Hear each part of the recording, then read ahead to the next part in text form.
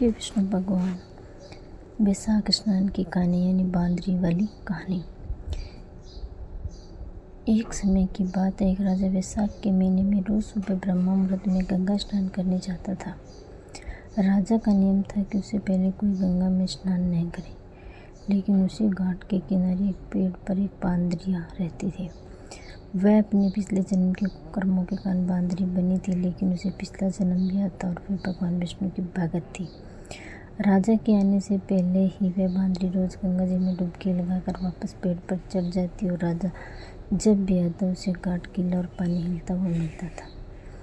राजा ने पहरा बिठाया तो एक सिपाही ने बांदरी को स्नान करके निकलते हुए देख लिया और उसे पकड़ कर ले आया। राजा का प्रण था कि यदि कोई स्त्री उससे पहले स्नान करेगी तो वह उससे विवाह करेंगे। वचन के अनुसार राजा ने उस बांदरी से विवाह कर लिया और उससे महल की रानी बनाकर ले आए।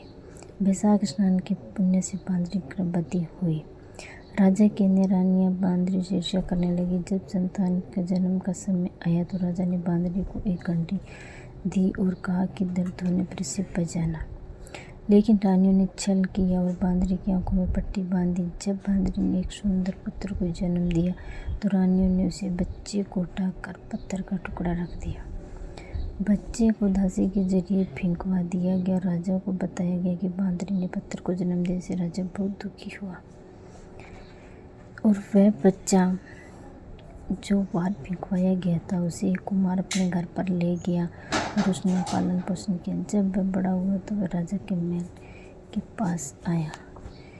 एक दिन उत्सव के दौरान उस लड़के ने इसके सामने सत्य उजागर कर दिया। ये बांदरी रानी का पुत्र है। दासी ने गवाही दी और किसी रानी ने निष्ठांतर चाहता वह पूरी कहानी राजा को बता दी। राजा को बहुत क्रोध आया और उसे कपटी रानियों को महल से निकलवा दिया और बांदरी रानी को उसने खोया हुआ सम्मान दिया। अंत में बांदरिया अपने पुत्र बहू के पोतों के साथ महल में सुखपूर्वक रहने लगे और रानियां भी उसी महल में रहने लग गई।